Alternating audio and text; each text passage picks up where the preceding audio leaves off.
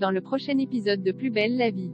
Tandis qu'Abdel tombe sous le charme de sa monitrice d'auto-école, Kylian et Lola découvrent qu'ils vont être obligés de rejoindre leur mère. Luna prend des risques pour venir en aide à Bastien. Attention, les paragraphes qui suivent contiennent des spoilers sur l'épisode de Plus belle la vie diffusé demain soir sur France 3. Bastien prêt à faire un deal avec la police alors qu'Omar surveille Elodie en train de jardiner, Bastien grimpe au-dessus de la façade pour se rapprocher d'elle. Luna fait diversion auprès d'Omar en prétextant avoir un problème avec le klaxon de sa voiture. Bastien en profite pour tenter de convaincre Elodie de repartir avec eux.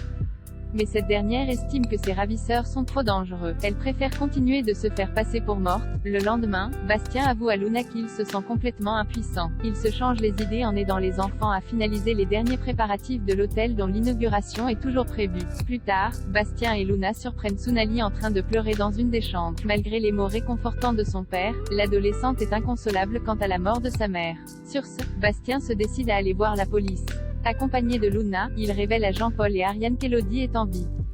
Il sollicite leur aide pour la sauver à condition de ne pas l'arrêter pour trafic de drogue. Bastien a même un deal à leur proposer. Les ados ne veulent pas quitter le Mistral. Roland confirme à François et Thomas que Sophie envisage de récupérer ses enfants pour vivre avec eux dans la maison de son nouveau compagnon en banlieue parisienne. Les Marcy s'accordent sur le fait que les ados seraient mieux avec leur mère. Mais Thomas s'inquiète tout de même de sa tendance à choisir des hommes dangereux. Les ados, eux, sont tristes de devoir quitter le Mistral. Lola ne veut pas vivre une relation à distance avec Noé, tandis que Kylian refuse de s'éloigner de Betty. Quand François leur annonce que leur mère viendra les chercher la semaine prochaine, ils expriment, en pleurs, leur envie de rester avec eux. Kylian reproche d'ailleurs à Thomas de ne pas tenir sa promesse selon laquelle il serait toujours là pour lui. Alors que Gabriel veut organiser des vacances avec son mari, celui-ci n'arrête pas de penser aux ados. Il estime que leur place est auprès de lui, à Marseille. Abdel est à bout au cours d'une audience. Abdel est perturbé par une photo d'Alison qui se trouve dans son dossier.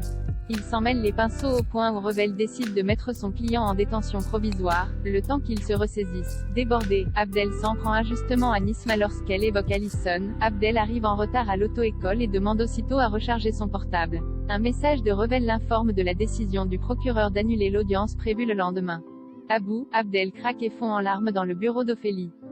Celle-ci lui remonte le moral en faisant preuve de compassion. Après sa première leçon de code, Abdel rejoint Karim et Bilal au Marcy. Les Fedala se disent tous très satisfaits de leur monitrice. Particulièrement motivés, ils révisent le code de la route ensemble.